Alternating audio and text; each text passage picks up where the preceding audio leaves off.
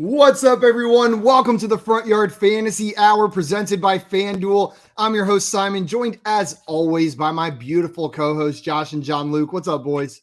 What up? Yeah. Feeling good today. How you doing, Simon? We don't normally ask that. You don't normally ask that. No one usually cares how I'm doing. But today, guys, we are joined by a very special guest. I'm very excited. Rick Wolf is joining us today. For those of you who don't know who he is, one, what are you doing? You've been living under a fantasy sports rock.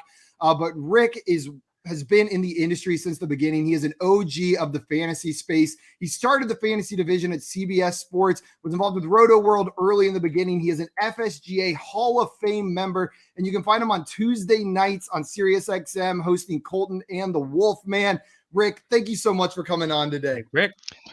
All right, well, glad to be here, and I'll say the energy is good. You guys bringing some solid energy to the mix here, which is always great. And thanks for calling me the Wolfman, because my man Matthew Berry would be laughing his butt off. He says nobody calls me the Wolfman, and that I made that up just to call myself. But actually, what would be wrong with that? Nothing. Not a damn thing. You're the Wolfman to me.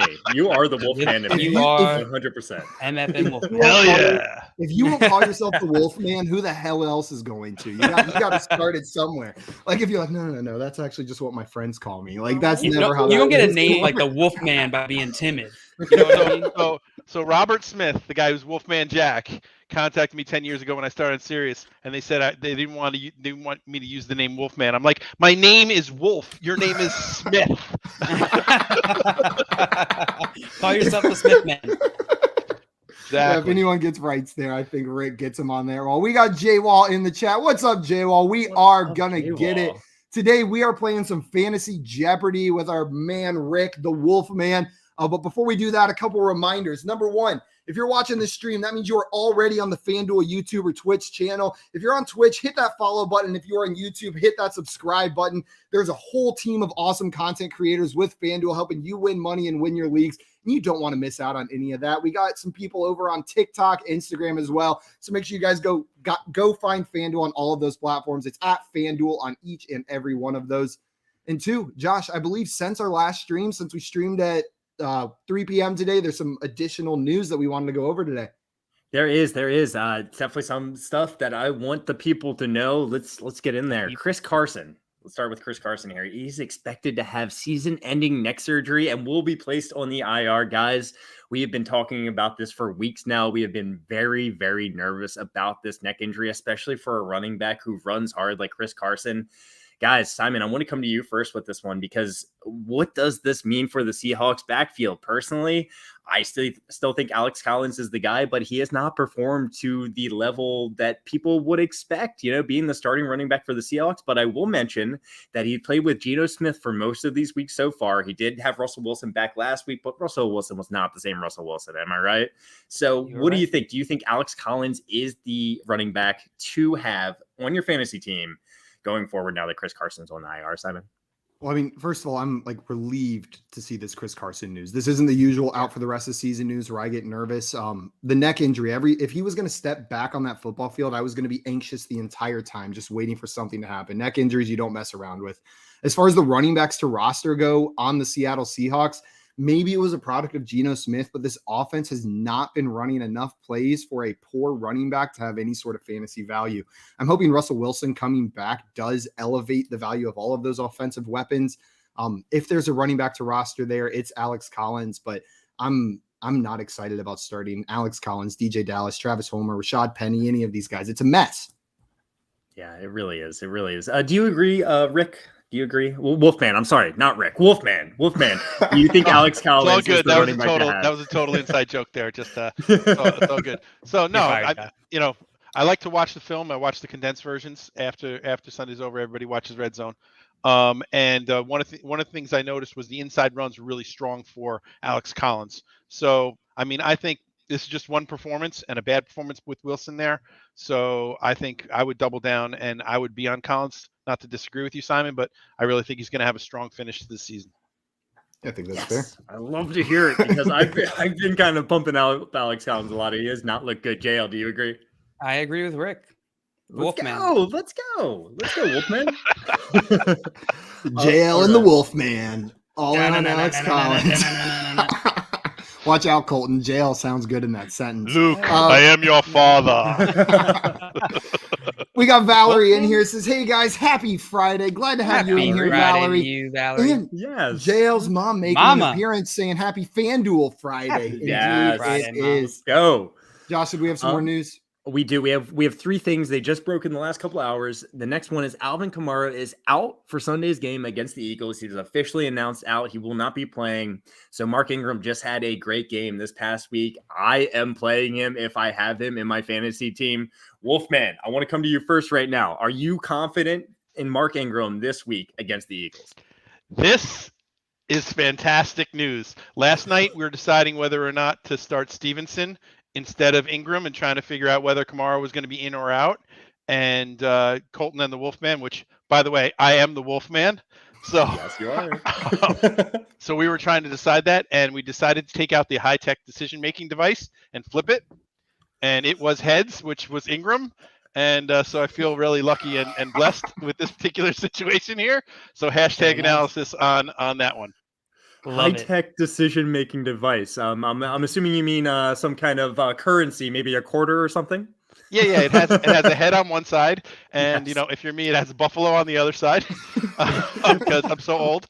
But yeah, take that coin and flip it and make the decision. Sometimes when things are too close to call, that's what the Wolfman do. I love it. With the high-tech decision-making device. I agree. I'm assuming Simon and J.O., you think Mark Ingram is a smash play. He's in your lineup, right, guys? Oh, yeah. You're loading up your Ingram. It's a volume play. He's going to get the work. So it doesn't, whether he's good with it or not, he's going to do enough to be serviceable for fantasy.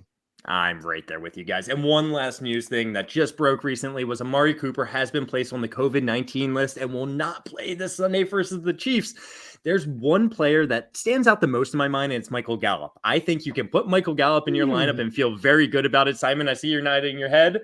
You agree with me? Yeah, and I think you can have a little bit more confidence in Dalton Schultz. This Cowboys offense is good enough to support 3 fantasy options, but not quite 4 in any given week. I think Gallup and Schultz are both starts this week when you may have been nervous previously. JL, you agree? I completely agree. Wolfman, you with us? Yeah, and with 55.5 on the line, this game is the highest point total by 5 points. Over all the other games, it's going to be scoring, and a shootout. And you want to have everybody on both sides of this ball except for CEH, who I'm down on forever. So he's dead. Yeah. He's dead to me. Dead. Hey, we've been having some conversation about CEH. I personally am very worried about even when he is healthy and back in this lineup. I think Daryl Williams is getting the more valuable touches. It's not even that. He's just not that good. Like I said, CEH is just not that good a football player, and it's just as simple as that. And so when he's the lead back, he's just not that good. He breaks one out with that speed because he's against a bad defense or a blown coverage, and everybody's like, "Wow, he's great." But when he runs in the middle, he's hit and knocked down. So I'm just not in on him ever, and I never have been since the beginning. So. I mean, we just look at it and we're like, how did he get drafted ahead of Jonathan? Can you imagine Jonathan Taylor on the Chiefs? Like, not only Jonathan Taylor, DeAndre Swift, J.K. Dobbins, Cam Akers. Gosh. Like, I know 2 of them were knocked out for the entire season during the preseason, but still, you got to think that Cam Akers and J.K. Dobbins might be better. It hurts my feelings that we don't get to see one of those guys on the Chiefs. That would have been a lot of fun for fantasy sports. I love how you guys know who was drafted when. I have no freaking idea. Me neither. I'm with you. I wait until the draft is over before I start to figure out what's going on because and I don't even want to know that. The last draft pick like that you're talking about that I even know about was the fact that Ken O'Brien was drafted before Dan Marino. That's about it. You lost me there. So look, maybe we have different skill sets here. Yeah, Dan Marino, the star of Ace Ventura, right? Yeah, that's right. Laces out, yeah. Laces out. Yeah, that's what he's laces out, Dan. Also, Rick J in here saying that he's got a similar technique for figuring fantasy decisions out. He'll put 2 treats down next to a piece of paper with a player's name on it. Whichever one his dog eats first, he goes with #analysis. That is another high-tech solution right there, Jay. Also, Jay coming in to add on to your Cooper news that he could likely miss Thursday as well with the COVID protocol in the NFL. And Albert asking that it's a very real possibility that Cooper does not play on Thursday. And FanDuel saying Michael galloping his way to the DFS lineups immediately. Boo! Don't put FanDuel in timeout. Put FanDuel in timeout. What a horrible pun, FanDuel. I love that. It's a dad joke. Yes. Wolfman knows what's up. Also, we got Scott in here. Scott was on with us earlier playing some Quiplash, and he says, I like to pretend I'm a draft expert during the draft, and so does all of fantasy Twitter, me included. I just like to go on there like, what the hell? Why did the Raiders pick Alex Leatherwood when I've never watched an Alex Leatherwood snap in my entire life? I am a draft but it's fun to react. I am.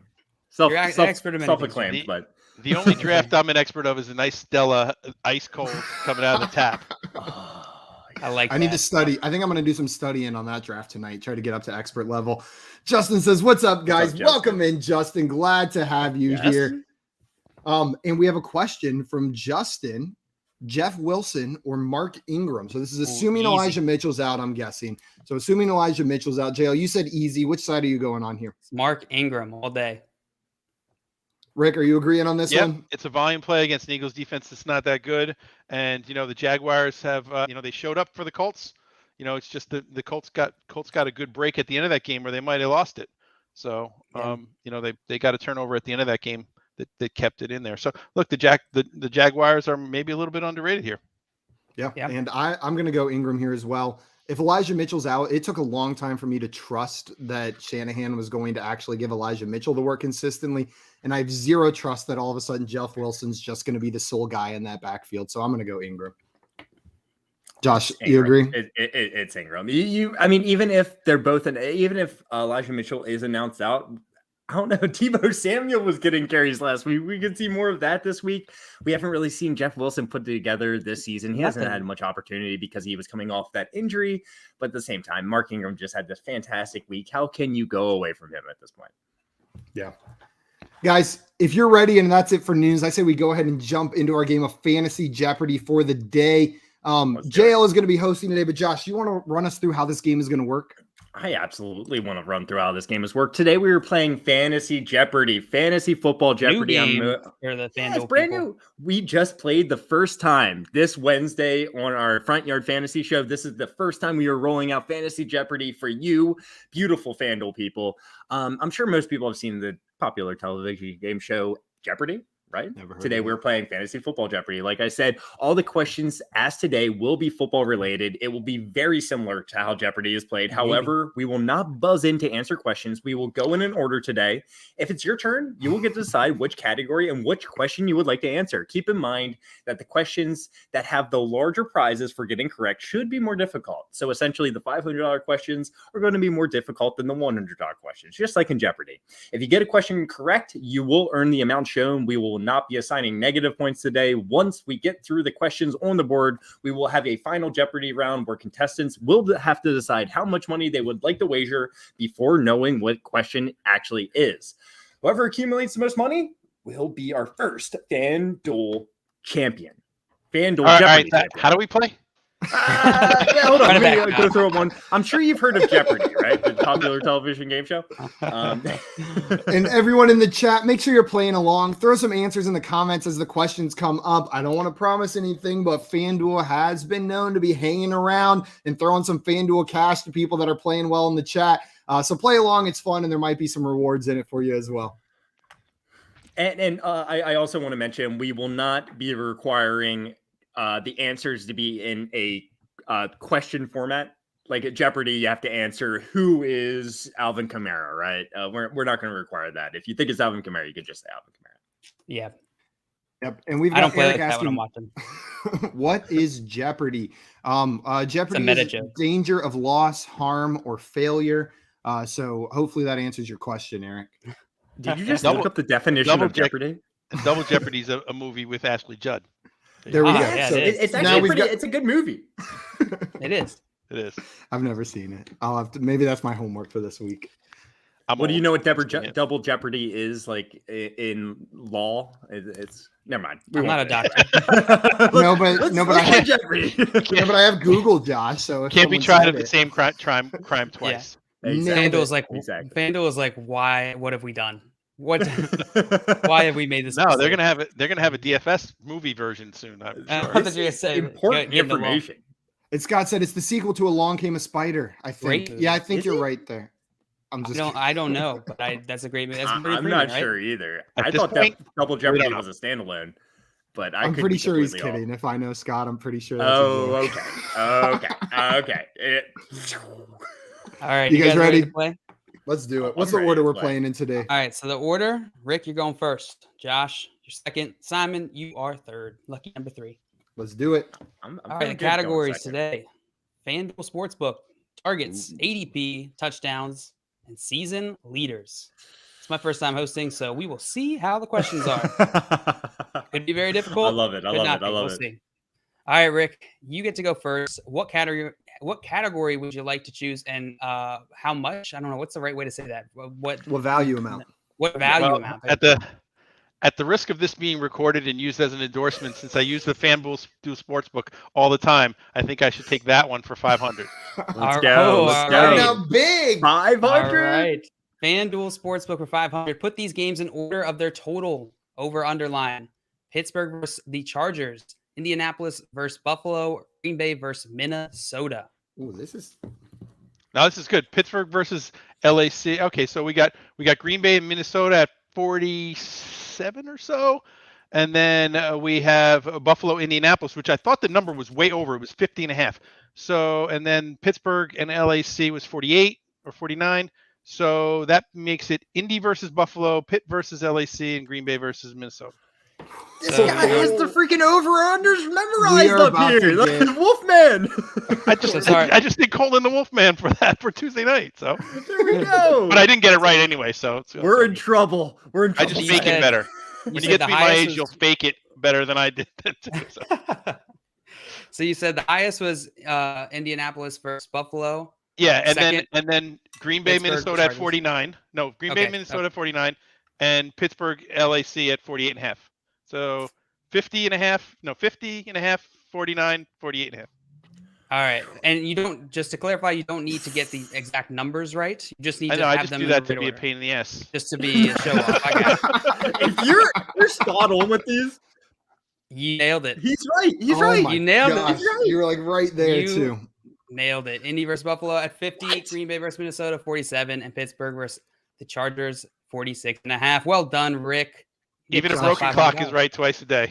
Josh, we're in trouble, I think, with how he just absolutely dissected that question. No, I'm trying to play a little game theory here. I know I have to select the next category. I think we should just knock off all the FanDuel Sportsbook questions because he seems like he's going to nail all of them. I already thought about it. I was like, we got to get the FanDuel Sportsbook out of here. Oh, but I'm going to get those wrong is the problem. Aaron here guessing. He said Indy Buff, Pittsburgh versus Chargers, and Green Bay versus Minnesota. One off. And then Ed is with Indy and then Green Bay. He got it right. Yeah, he nailed it. Hey, let's go. Great job, Ed. Great job. $10 for you. Early lead. And Scott coming in with hashtag pain in the ass. I like it. Hashtag pain in the ass. I had to put it up there. I'm sorry. All right, we're moving on to you, Josh. Josh, you ready? Me? All right, me. You. I'm gonna do it. I am terrified of Wolfman taking these FanDuel Sportsbook questions. I am taking FanDuel Sportsbook for 400. FanDuel Sportsbook for 400. Here's your question: Which game has a higher total line or over underline? The Giants versus Tampa Bay, Cincinnati versus Las Vegas, or Arizona versus Seattle? Oh my. I'm not 100% sure. I wish I could spit out numbers like Wolfman was up there. It's like, New York Giants. He's taunting you, Josh. He's definitely going to be 51 and Cincinnati versus Las Vegas. Let me just break this down. The number is 50.5 for the highest one here. Well, that gave me a lot of information. No, I'm joking. I'm gonna go. I'm leaning towards New York Giants, Tampa Bay right now. Honestly, Arizona, Seattle could absolutely be. All these games I feel like are in a similar range. They could be. I'm gonna go with New York Giants versus Tampa Bay. Ding ding ding ding ding. What has he won, Johnny? I'm right. You think I'm right? Yeah, you're right. I'm sorry, Josh. It is actually Bengals versus Raiders at 50.5. The lines must have moved since Tuesday. I should have let Wolfman have that one. They must have moved. Oh, he's so playing you right now. He's playing you like a fiddle. Oh man, he's in our head. He's in our head. You know what? I'm not making the same mistake Josh made though. And a reminder for everyone in the chat: not only should you be playing along, but if you've got any fantasy questions for us throughout the show today, make sure to throw them in there, and we will be happy to answer them in between questions. So, Yeah. Wolfman, let me ask you, all three of these lines, which are you taking? Which side are you taking? Or are you staying away from? Yeah, Like well, over-under I'm not betting any of these lines, to be honest. I think that Giant Tampa Bay game could be lower, but then also, Brady could wake up and throw to everybody in the world, and his side of it could be 41. If it's a low scoring game, that keeps the Giants in it. But these are good lines. These are tight lines. I wouldn't bet any of these. You feel the same way, Josh? I really do. Like, I completely agree with Wolfman here. I think there's one that could hit the over. It's Arizona versus Seattle if Russell Wilson gets his crap together. I think that could hit the over, but again, I don't feel confident enough taking any of these, to be completely honest. Yeah, and they're in Seattle, so 12th man is there, so that's why I don't take the, I don't immediately take the over, thinking Arizona's going to score a lot of points. Yeah, so yeah. Yeah. But it looks like Simon. there's a lot of people in the chat that kind of that actually guessed at this. A few got it right. Scott said Cincinnati, Tampa Bay, which was not even an option. Scott, get your shit together, Good man. Try. Ed said New York Giants versus Tampa Bay, and then Scott changed his answer. Said, "Whoops, Cincinnati, Las Vegas." And Jay Wall agreeing Cincinnati, Las Vegas. But nice job on that one. Well done. So, sorry, Josh, no points for you. Simon, it's your turn. What category and value would you like? I'm with Craig. I'll take colors that end in purple for 10,000, please. On this one, if that's okay. No, I'll take we're gonna go targets for 500. I'm going over there. Okay. Targets for 500. Here's your question. Put these wide receivers in order of total targets on this season. Weeks 1 through 10, total targets on the season. Hunter Renfrow, Michael Pittman, or DJ Moore. I should have known this was going to be another put in order one. Man. What do you think, Simon? Renfrow, targets. This is a fun one. This is a tough one because you know what? That doesn't necessarily directly relate to fantasy output. DJ Moore has been getting targeted. That just most of the targets have been Sam Darnold targets, which are very different. We're talking about Carson Wentz and Derek Carr. They're still different than Carson Wentz and Derek Carr targets, but is this a trick? You know what? I'm going to say the order they're in. I'm going to go Renfrow, Pittman, Moore. Renfrow, Pittman, Moore. Is it too late to adjust my answer? I'm regretting everything. No, it's not too late. I'm going to move Moore all the way to the beginning. We're going to go Moore, Renfrow, Pittman. I still think Renfrow's ahead of Pittman, though, and he's been doing it on efficiency. Moore, Renfrow, Pittman. All right. That feels wrong, though, with what DJ Moore has done this season, but I think it's just been poor targets, not necessarily a lack of. We got some guesses here in the chat. Ed with Moore, Renfrow, Pittman, which is what you said, and Moore, Renfrow, Pittman. I do agree that I think Pittman's probably last, but the other two I have trouble with. And the answer is Ipswich Moore, plan. Pittman, Renfrow. No. I am very sorry. DJ Moore with 95. Michael Pittman with 76. And Hunter Renfrow with 69. Let my disappointment with Moore so far this season really cloud this question, but he's getting the targets. I'm still so excited for DJ Moore, especially in Dynasty. If someone is panicking about DJ Moore in a Dynasty league, or if there's a competing team, like a team that's vying for a championship and you are not, he is the perfect player to go and target right now because he's getting the volume. He's got the talent. Cam Newton's there now. Maybe that's an upgrade at him, but I can't imagine his quarterback situation stays this poor going forward. Wolfman, how do you think? Got to be like a top 10 in terms of targets, at least like top 5, maybe, right? Yeah, I believe so. That's a lot of targets.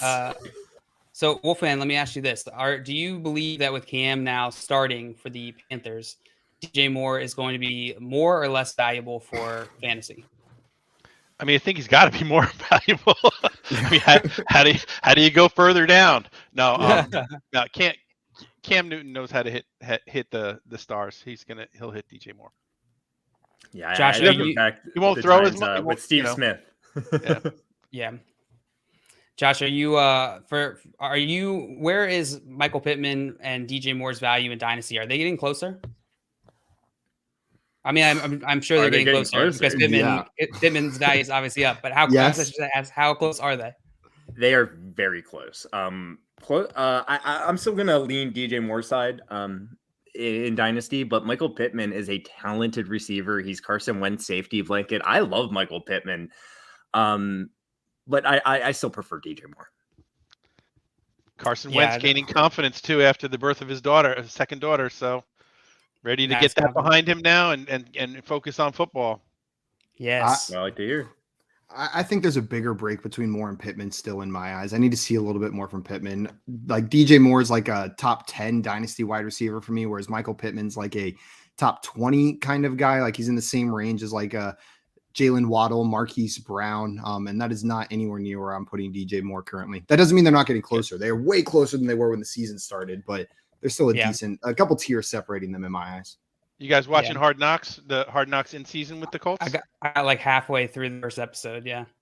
I haven't seen it. It's just it's interesting when they give you an inside look at what people are really like, and the maniac is really a maniac.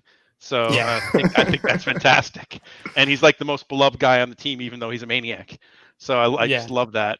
And Pittman's a stud. Yeah, he's a star. Yeah, absolutely. And Wentz is just beginning to get everything figured out. So Pittman has that prototypical size that you look for in a wide receiver one, which I love. Yeah. And Taylor, when you see Taylor run that 83-yard touchdown run against the Jets, and you see every single arm come exactly up to the side of his head with the football in this hand, like making sure that the efficiency of every single inch makes sure that he gets to the end zone, and he actually leans into the end zone to like a track runner at the end to say nobody. He was a track runner. He was a fantastic track runner, I believe, in college and high school. Yeah, he looks like it every day. So. You don't see a ton of guys kind of put that effort in at the end there. I remember there was a Clemson game, poor South Carolina State. We were playing them. The guy went to go run it all the way back and then just drops the ball right before he goes into the end zone. Clemson picks it up. That. And then again, same school, South Carolina State. They didn't kneel the ball on a kickoff in the end zone. They just went to hand it to the ref. The ref put his hands up, and Clemson picked the ball up for a touchdown. But that level of effort at the end there, 99% of the time it's not going to matter, but he puts that extra step in. Joey saying, I lost all my confidence when my second daughter was born. I'm sorry, Joey. I'm sorry. Some of that Carson Wentz effect. Also, I'm so happy to see Carson Wentz actually performing down there. People left him for dead in Philly after like MVP caliber seasons. People just left him for dead like he was a crappy quarterback. It's really nice to see him finding success down there. We have a question from Marty in here before we get into our next round of questions, though. Sup, guys? Sup, Marty? Glad to have you here. He said, full PPR, Kirk, Bryan Edwards, or McKissick need one. Josh, which of these three players are you starting this week? It's a pretty easy Christian Kirk for me. DeAndre Hopkins isn't playing. I do expect Kyler Murray to play, but even if he doesn't, Kirk is the wide receiver that I prefer for the Cardinals, and I would like to start him over Bryan Edwards and J.D. McKissick. Rick, are you in agreement with Josh on that one, or would you go with one of the other two guys? Agree? Full agree from Rick. Yeah. JL? I mean, there's not. Look, it's full PPR, so McKissick has some value. But and Edwards is hot and cold. So Kirk you can count on. So I say bank the points. Is it possible that those other guys score more? Of course. But if you're gonna bet on it, the floor is the highest with Kirk. Yeah, and I don't think his ceiling is that much lower with Hopkins out going into Seattle. Know what I mean? It's not like you're sacrificing a ton of ceiling. Maybe some, but full agree with you there, Rick. I'm going Kirk as well. JL, is this a unanimous Kirk? It is, but I will throw a nod to J.D. McKissick as well. He's not far behind Kirk this week, especially PPR. We've got a question in here. Godwin and Knox for George Kittle. And know what? If this one is tough, but I am all about differentiating at the tight end position. I love having that stud tight end, especially going into the playoffs. And I think this is somewhat fair value. I think Godwin for Kittle is fair. So I would take the Kittle side if your wide receiver core can handle it. If you're not going to be plugging in a guy like Nelson Aguilar every single week as the Chris Godwin replacement. If the backup is Jalen Waddle or Jerry Jeudy caliber, then I'm cool with this trade. I would love the George Kittle side. Rick, how do you feel on this one? Yeah, I mean, it all depends on who you have on each roster, and that's what we don't know when people ask questions like this. So, if the Kittle side has, a serviceable Hunter Henry or something like that, then yeah, it's much more easier to get rid of Kittle. If his second tight end is Evan Ingram, then maybe it's a little bit tougher. So, yeah. which is totally possible. I mean, you said those are the guys who are your second tight ends usually in that range, right? A Goddard, a Henry, an Ingram, or all the guys in the 11th and 12th rounds that you drafted if you drafted a Kittle, a Waller, or a Kelsey. So, and on the Godwin side, if you can afford to get rid of him because you're filled up with surprise guys there, then that makes good sense. So it really depends on who the rest of the team is, to be honest. Yeah, well, this seems like a very fair trade on either side. It's going to be team dependent. JL, are you agreeing here? Yeah, Rick took the words out of my mouth. I'm on the Godwin Knox side personally. Really? Josh on the Godwin Knox side, strong. And I'm a big Kittle fan. You're high on Knox too. That's the reason why I will not do the trade. The birthday boy Tim has a question. He says, half PPR. I'm loaded at running back and my wide receivers are looking okay. Depth might not be there, but everybody has passed their bye week. So why is Daft Punk the best? JL, why is Daft Punk the best? It's a good question. We get that question a lot. I would say they're probably the best because they make music that is the best. I don't know. It was the song of the summer. Get lucky. It was the song of the summer. Come on, guys. Are you what ready? Summer are we living in? Stronger, faster, better. Well, all those adjectives, Tim. More handsome. In the words of the famous Roman Moroni, that's a bargain trick question.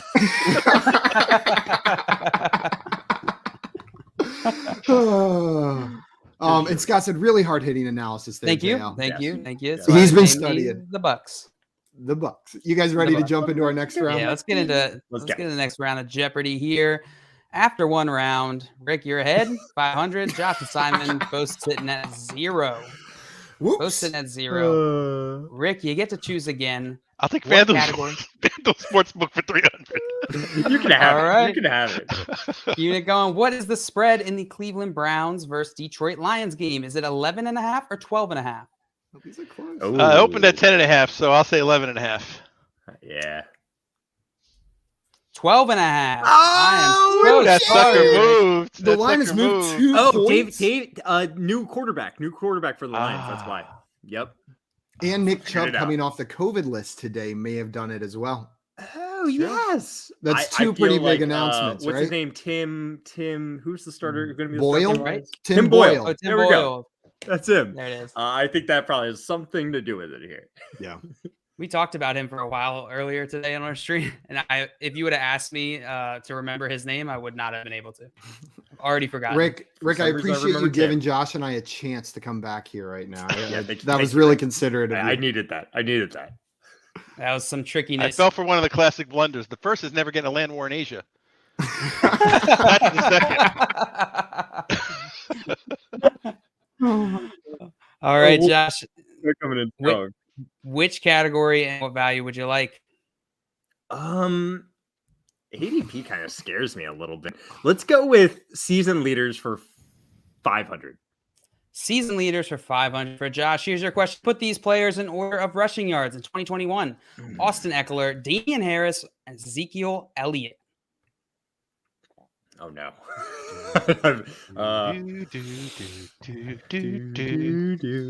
All right. I have an initial thought, and I think I'm going to just run with it. I'm going to go with Ezekiel Elliott, Austin Eckler, Damian Harris.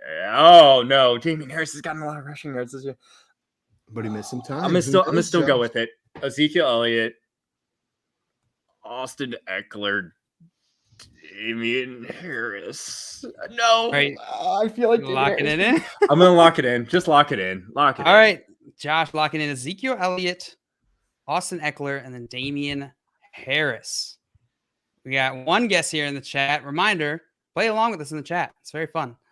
Ed saying Eckler, Elliott, Harris. That's the answer right there. Same. I don't like that boat. I don't like it. I don't like this. Albert with Eckler, Elliott, Harris. Don't tell me this is correct. Don't do it. The funny part about this game is I don't remember at all any of the answers.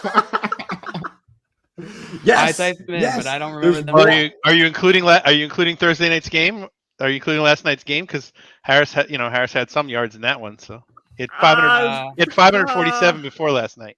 It's on the whole season, so it would include last night's game. He's got the extra game. And Anuna coming in with an answer as well. And also Maria saying, I'm here. You can start. Oh, thank God. We were waiting for you, Maria. Okay. 36 minutes late. Now the game starts, Wolfman. So we'll get rid of your points. Yeah. We're all at the same. You didn't subtract the 300 that from me missing anyway. I don't really have very much anymore. No subtractions right now. Well, I accidentally hit it. It is Elliot Harris. Eckler. Elliot, Damian Harris, Austin Eckler. Shout out Scott for getting it in the chat. I think he was the only one who got it right. Elliot Harris Eckler. Nice job. The only one who looked it up. Cheater, Scott. You're not cheating, you're not trying. So exactly. Hey, I always say that, but I don't like saying that on this show because I don't want people to actually think I'm cheating.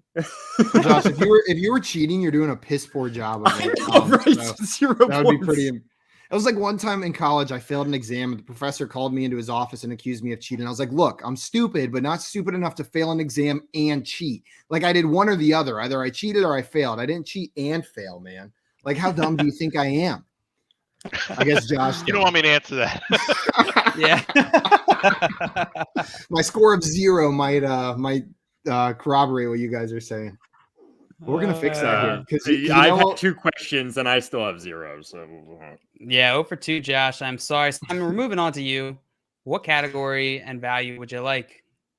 Also, Scott saying he spends hours on spreadsheets. He can remember some of it. I believe Scott. I don't want to put anything in order, JL, so I'm staying away from that 500 question. We're gonna go with touchdowns for 300. Touchdowns for 300. Who has more? Which QB has more passing touchdowns, Daniel Jones or Jalen Hurts? Ooh, I know I would go with. I'll go Jalen Hurts. Which quarterback stinks more? Jalen Hurts. Daniel Jones. Well, there's more. So you went with Jalen Hurts, right? Yes. All right, I'm trying to give the audience a little more time to guess here. The answer is. You want me to stall? I can deliberate a little bit if you want. Tell us a story. So the first time I met Daniel Jones was back in sophomore year of college at Clemson. He came to. I'm just kidding. The answer is Jalen Hurts, who has 13. Daniel Jones has 8. Well done, Simon. No. I knew Jalen Hurts had a low number, but I was sitting there thinking, like, I can't even remember a Daniel Jones touchdown pass. Like, and I've watched most of the New York Giants games. Like, I truly can't even remember one. It has to be Jalen Hurts. Yeah, and Kadarius Toney scored 2 in one game, so Daniel Jones not too much. Wow! So a full quarter of Daniel Jones's passing touchdowns have gone to Kadarius Toney in one game. And Wally in the chat nailing it with the guess of Hurts. Nice job on that one. No, he was saying the jokes we were making hurts. Yeah, this hurts. Watching this hurts.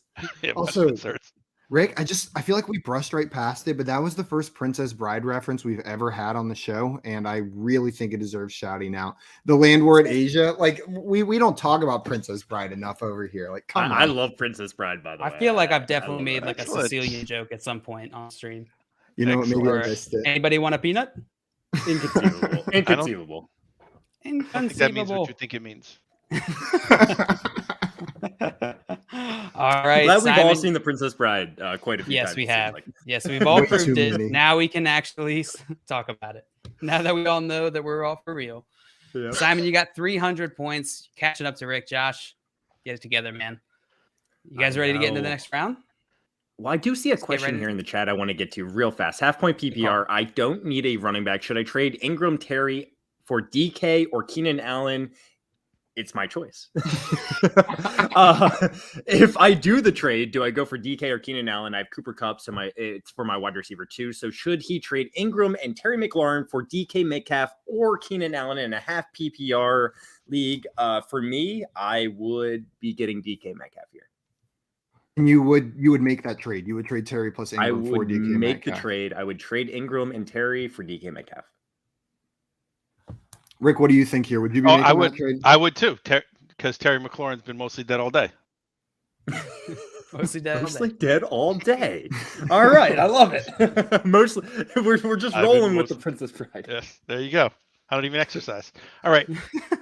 No, really, that's what I would do. I would take DK Metcalf. I think with Russell Wilson coming back, they're going to get their stuff together, and when they do, it's going to be magic again, like it was the end of last year. If you remember, last 5 or 6 weeks of last year, it it was the Russell Wilson DK Metcalf show. So I'm right there with Yeah. you. Show starts now.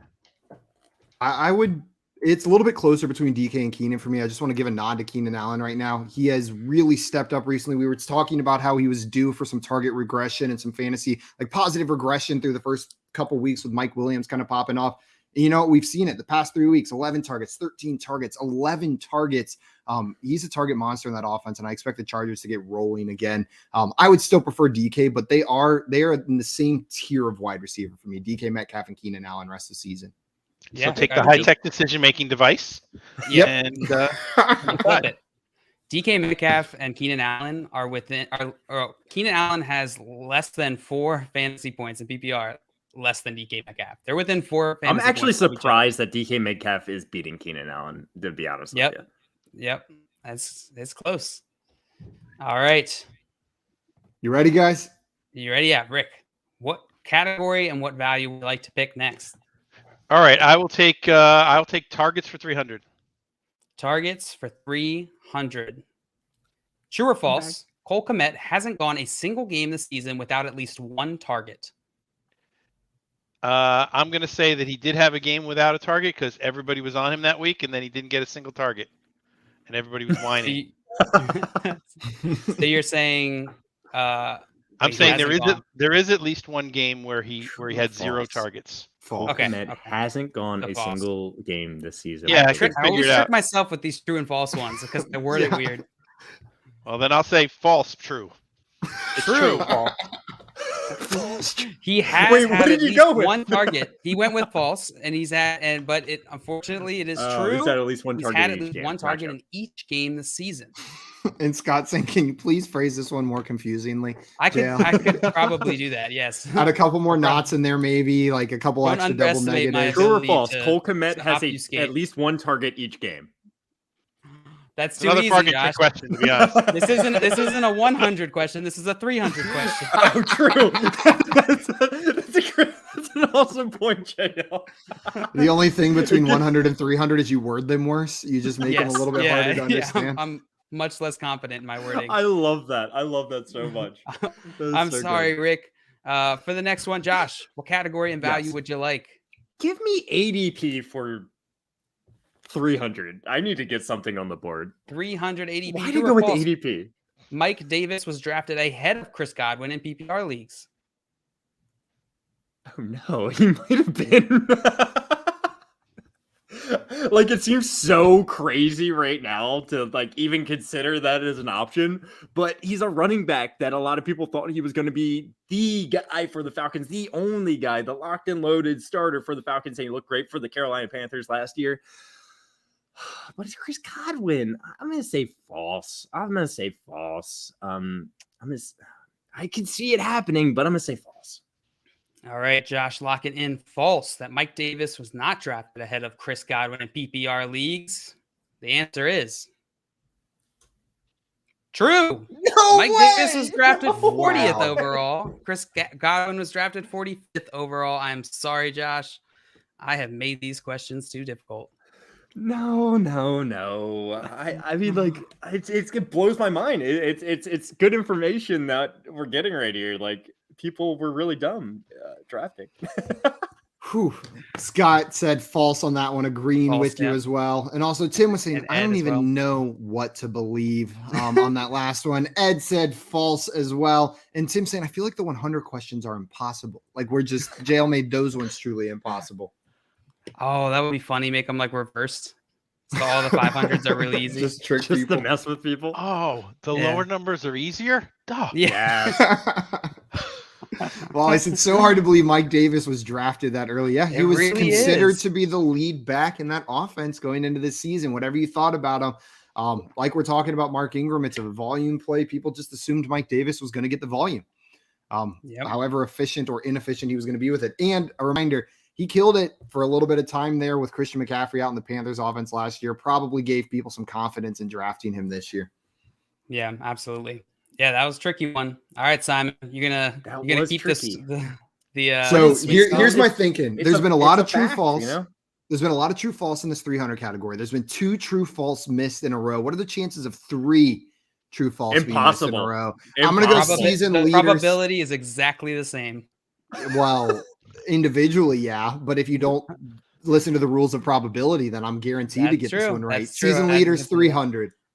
All right, season leaders 300. Which QB has the highest scoring fantasy points week in 2021 in the 2021 seasons? Which QB has had the most points, fantasy points, in a single week in the 2021 fantasy season? I'm sorry, NFL season. Tom Brady, Justin Herbert, or Kyler Murray?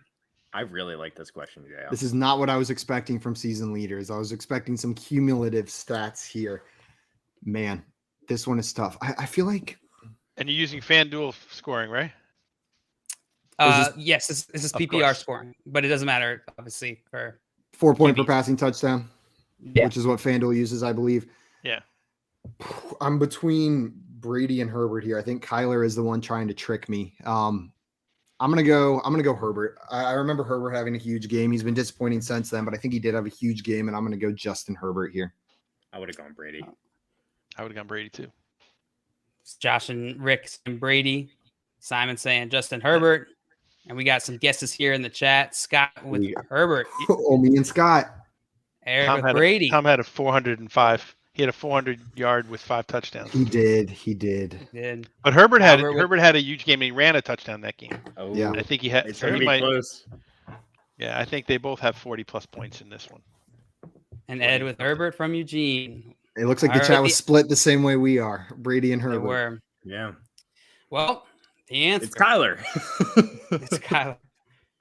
Justin Herbert scored 42.8 fantasy points. That's what I remembered it against Cleveland. Oh, Cleveland. It was against the Browns. That's why that game stuck out in my mind. I was like, I knew Justin Herbert had a big game. It was against the Browns in a game that we should have won, but didn't pull it out. Herbert's been disappointing lately, though. I think that's probably our perception of him is just a little bit lower, maybe. Or not for you, Simon, obviously. You got the numbers on what Brady and Kyler's biggest game was? I was just trying to pull it up because I was anticipating you're going to ask me that. Yeah, of course they have. Tough question. I'm pretty sure Brady had 40 points, if I remember correctly. But I'll have to vet that. I can pull it up right now. I'm vetting it up. I'm vetting it right now.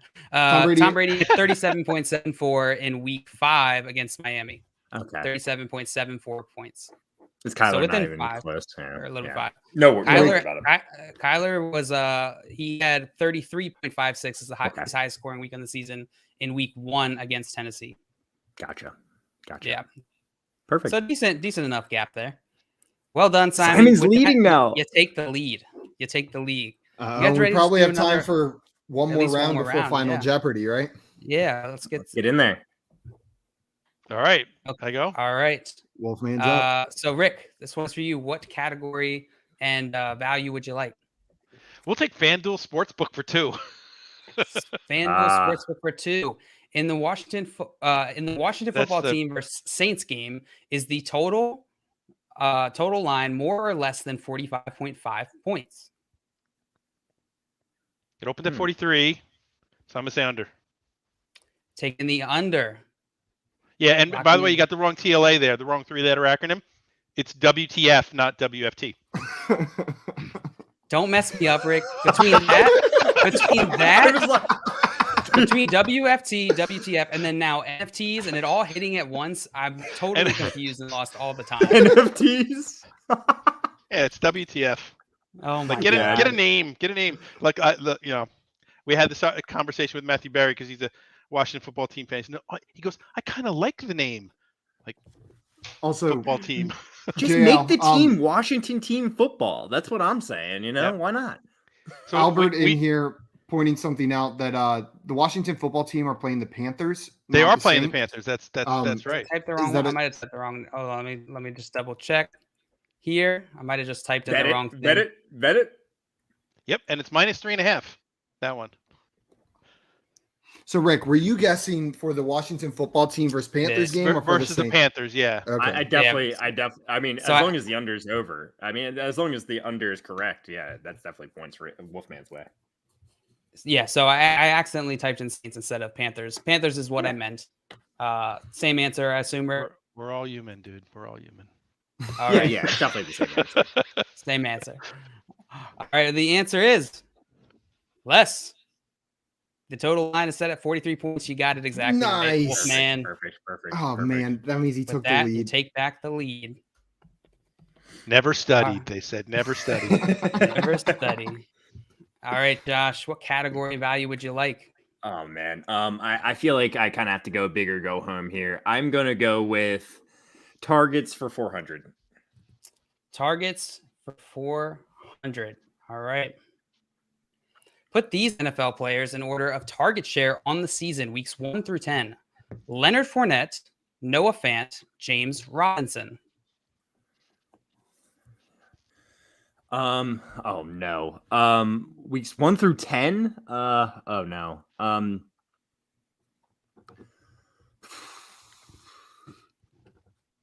feel like Noah Fant might be the least. I know Leonard Fournette has been killing it in terms of target share the last few weeks. I'll go James. Oh man. I'll go James Robinson, Leonard Fournette, Noah Fant. Sorry, say that again. Robinson, Fournette, Fant. Robinson, Fournette, Fant. Man, Fournette scares me because of all the receiving options there. But I know you're right. He's been getting targeted pretty heavily the past couple weeks. I mean, really, the entire season for Leonard Fournette, he's been getting targeted quite a bit. So give me some points. So Josh can play in Final Jeopardy at least. And so what I guess in here, Albert saying Fournette, Robinson, Fant. It's a good guess. And then Scott said mixing the positions is making it harder to cheat, guys. That's the point. That's for sure. That's hilarious. That is the point. All right. Yeah, you need to have him on instead of me next week. He was on earlier today. All right. So the answer is Noah Fant, 18%. Leonard Fournette, 12.8%. I was giving it an opposite order. I was saying the lowest. Oh, I see. Right. I see. Of course, Josh. Right? Too bad that means you get no points. No points. Yeah. I'm sorry, Josh. I'm just gonna say, guys, the Super Cop thing was working, and you guys are messing up a perfectly good lie. Should have let Josh go with that lie. It was a perfectly good lie. I mean, it was. I'm not lying. I don't know what you're talking about. Yeah. All right, Simon. What category value would you like? You know what? I'm going to take it, try to tie it up with Rick, make it come down to Final Jeopardy, and we're going to hit a 100 question. I'm going to go ADP for 100. I think we can squeeze it in our round. For 100. All You're right. right. We can probably. Who was drafted higher according to ADP in PPR leagues going into the 2021 season? Najee Harris or Joe Mixon? Najee Harris. Oh. I think it was Najee Harris. People did not like Joe Mixon. There is a Joe Mixon hate club out there that was denying the fact that he was going to be the lead back, get all those touches, and that he has the talent. And people are so hyped about like the new shiny thing in the NFL, which Najee Harris, like rightfully so, they were excited about him. But I think Najee Harris was drafted first. I agree with Simon here. I did 32 best balls, and I have about eight or nine shares of Mixon and 0 of Harris because he was going so high. He's going so high. All right. The answer is Najee Harris was drafted as the running back 9, while Joe Mixon was drafted as the running back 13. Hey. Well done, Simon. Tied it up. You tie it up. Do you think we can squeeze in one more round? You guys want to speed through one? We can speed through a round real quick. Josh wants to get on the board. We can speed through one more. Why don't you give me a nice paper cut and squeeze a lemon in it? Rick, you're killing me today. Yes. Oh my god. You get one more, Rick, and then that's it. We're kicking you out. All right. We're so good at that ADP thing. Let's do ADP for 400. ADP for 400. Which player was drafted higher according to PPR ADP? Brandon Ayuk, Chase Claypool, or Cooper Kupp? Yeah, we know it wasn't Ayuk because he is definitely dead to me. So done with that. We're talking about ADP here, right? I was getting Claypool much later too. I would think that Cooper Kupp was being drafted the highest of these three guys, and well done, I would say. So which one are you going with? Cooper Kupp. Cooper Kupp. All right. I could see that. Got some guesses here. I saw a lot of people taking Claypool early enough too. It probably could be either one of those two, but I would have been drafting Kupp. So Cooper Kupp. 2-3 saying Joe Mixon on this is for the last one. And then Albert said Harris. Nice job, Albert. And Mambo saying, I have both Mixon and Najee. Wow, well done. And then on this one, Ed guessing Cup, Wale guessing Cup. Cash a stylist, I'm sorry, guessing Ayuk. I think Ayuk's probably the answer. Well, the answer? Cooper Kupp is wide receiver 16. Brandon Ayuk, wide receiver 22. Laviska Shenault, wide receiver 32. Laviska Shenault. Well done. Interesting ad in here. Yeah, why is Laviska Shenault in the That's got to be it for me. Oscar Laviska, baby. I'm out. Oscar Laviska. I was having trouble typing, I guess. Laviska Shenault and people have very similar names. All right, I'm ready for my question. All right, well done, Rick. That puts you solidly in lead. Josh, what category? Give me touchdowns for 400. Touchdowns for 400. 500. Give me the 500. I'm sorry. Oh no, too late. I'll take this one. All right. Which player has more rushing touchdowns? Sam Darnold, James Robinson, or Leonard Fournette? No. Sam Darnold has 5. I'm almost positive about it, but I do not know how many James Robinson or Leonard Fournette have. I'll go with give me Sam Darnold. Give me Sam Darnold. Going Sam Darnold. James Robinson with 6. I'm sorry. No. Oh, Josh. He's out of here. He says, I'm done. He says, I'm not even playing in Final Jeopardy. I'm absolutely out of here. All right. I'm back. Eric was in here saying that all these typos, it has to be Jay's doing. Absolutely. Anything wrong in the production ever is 100% of the time Jay's fault, especially when he's not here to defend himself. So we make sure that that's the case. And Albert guessing Darnold on that one. He was with you, Josh. And you know what? If you had asked this question through the first 5 weeks of the season, 6 weeks of the season, Sam Darnold would have been the answer. He was leading the league in rushing touchdowns at the beginning of the year with that 5. He just hasn't added any more since then. And you know what? He's not adding any more for the rest of the season. JL had some technical difficulties. His face was split in half, if you didn't notice. So I'm he will still be here. right back. I'm still here. Oh God, that's terrifying. We don't need your face. We just need you to put up the Jeopardy board. You know? I can do that. That runs it right back to everything. I mean, he's two-faced, and we're flipping a coin. It's perfect. Exactly. Full circle. We told you that was the last one last time, Wolfman. All right. All right. Simon, why don't you pick, and I'll still facilitate it while I'm fixing this. Season leaders 400. Season leaders 400. All right, here you go. Which player has the most fumbles in a single season or a single game this season? Sam Darnold, Kyler Murray, Josh Allen, or Jared Goff? Ooh, fumbles is not a stat that I'm studying heavily usually. I don't look into fumble leaders, but I'm trying to.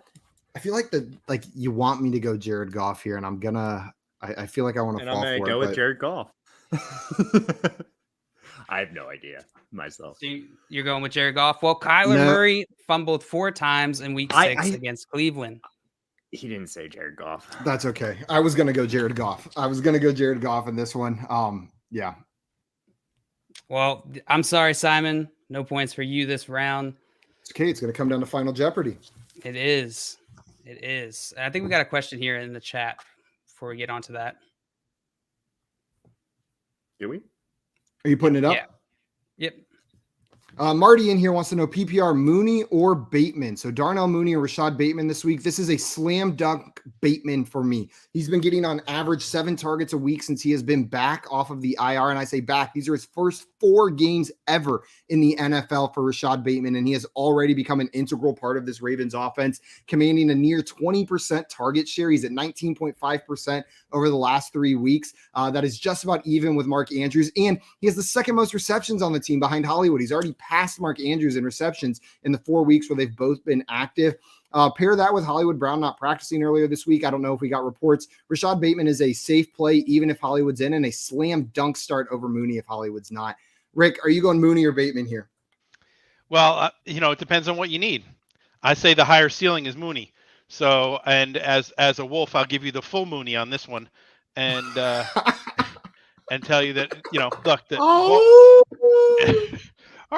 The Ravens, the Ravens let up a lot of points. Josh Fields looks good. People think that this is going to be a breakout day for him. So I think if you need the ceiling of points, it's Mooney. If you want the solid floor, you're exactly right. He's definitely going to get more volume, but Mooney could catch a couple long ones. For me, guys, I'm a big Ravens fan, and it's Mooney for me. I don't think Allen Robinson. I don't think he's officially been announced out, has he? I think so. Yeah, it's been announced out. I know it was doubtful earlier today. But just being the number one receiver on that team, I just think Bateman's the third in the pecking order for the Ravens. I'll take the number one receiver for the Chicago Bears, and they're playing each other. So, and that's your full Mooney. That's my full Mooney. And that there is your full Mooney. All right, we're down to Final Jeopardy here. Yeah, good luck, guys. Rick, do you have a pen and paper by chance, or a phone? I do. I have a pen and paper. I'm still gonna write down my answer, even though I can't win. Sure. Do it. I got a pen. All right. So the category is passing attempts. Category is passing attempts. Okay. Write down how much you want to wager. Let me put this back up so you can see your scores. Is you got 1,100, Josh, you got 0, Simon, you got 700. Wagering $2,000. Maybe you should go with Craig suggesting in the chat. I believe it was Craig who said that somebody needs to wager Texas. So I'll wager Texas. Bitcoin. Yeah, Josh, just throw all your Bitcoin on the line, and then we'll be good to go. We'll call it even. Yeah, just throw your Bitcoin on the line. Winner gets it, and then if you win, you can be the winner of Jeopardy. Yeah, I'm in. Cool. All right, you guys got your amounts? Let's do it. All right, we're gonna start with you, Josh. How much are you wagering? Nothing, I'm assuming. No, I got a wager. We didn't have a question yet. $0. No, we're gonna announce our wagers first. 401. 700. Yep. 700 for Simon, 401 for Rick. Here is the question. 401. Which QB has the most passing attempts this season? Which QB has the most passing attempts this season? Oh, well, oh, great. Passing attempts. Yeah, I have no idea. Yeah, neither do I. I have truly no clue. I know who was leading after 6 weeks, and it's a surprise, but I doubt it's still. Oh, really? Person. Well, because I didn't put down a surprise. Neither did I, Rick. You know what? I'm gonna change my answer real quick. Don't ever change. Stay the same. I got mine, and it's not a surprise either. On the other side of my little note here, I'll write who my off-ball guy would be. Simon, be you, because everyone else is taken. Just be you. It's all right. Okay. You know what, Rick? I needed to hear that today. Thank you so much. Live, laugh, love, Simon. Baker Mayfield's the answer. Let's go. This is me. This is who Simon. I am. This is. I'm gonna be me unapologetically. Oh, God. All right, Josh. Let's start with you. Okay. Who do you think has the most passing attempts this season? Which QB? Tom Brady. And this is my off-ball, off-the-wall pick, Jared Goff. I believe after 5 or 6 games in the season, he had the most passing attempts. We're allowed to have 2 answers? Let me know. No, I'm already out. I'm only counting Tom Brady. Don't worry about me. And that's double jeopardy. You can't do that. Exactly. We already discussed this, Josh. How do you do it, Rick? Do you write everything we say down? How are you doing it? All right, Simon guessing Matthew Stafford. I originally wrote Tom Brady. Elephants have good memories. What's your guess, Rick? Rick? I wrote down Stafford also. There we go. Stafford feels good. All right. I'm a Rams fan, by the way, so I'm a huge Rams fan. So I think Rick just won. Yeah, Rick, you just won by putting this, since we have the same answer. It doesn't even matter if I'm right or wrong. You just won the game. Does not matter. You won either way. You guys let me win. He picked a $100 question when he knew $500 was the way to go. What that $500 question was really $0 when that $100 question was worth $100. What's the answer, JL? The answer is Patrick Mahomes. Scott got it. Patrick Mahomes with 412 attempts. Second is Tom Brady with 377, and third is Matthew Stafford with 362. Hey, we were all right. So I was going to say shout out Scott, but he did say changing my answer to Brady. Never mind. So you know what? It does not count, Scott. And guys, for everyone watching, I know we went a little bit over today, but one, if you're not following Rick on Twitter already, go follow him at RickWolf1 on Twitter, and make sure you're listening to Colton and the Wolfman on SiriusXM on Tuesday nights. Rick, it has truly been a pleasure for us to have you on here today. You are an OG in the fantasy space and someone we've looked up to. This has been exciting for us to get to have you on here to play some Fantasy Jeopardy with. A lot of fun, and those are two words I never see together. Rick wins, so it's very Rick wins. such a pleasure. Never see those two Wolfman. You killed it. You killed it, Wolfman. I had a great time. I didn't get any questions correct, but I thought it was fun. So. Hey, Josh. Neither did I when we first played this game. No, you did. You did get one. I don't think I got any. No, you got one. Wolfman wins. And guys, it is a full moon tonight. That's not how you spell it. Spelled wrong. It's A-R-T. A-U. A-R-T. O-O-O-O. W-W-W-O-O-O. A-R-T. I lost it there. Guys, you know what? That is the perfect note to end on. If you are not sick of us, make sure you tune in on Sunday night at 7 p.m. when we have the FanDuel Sunday night recap. We'll be going through that day's fantasy games, but until then, we are out of here. Rick, thank you so much again, my man. This has been an awesome time, and we'll see everyone later. Trading makes fantasy fun. There it is.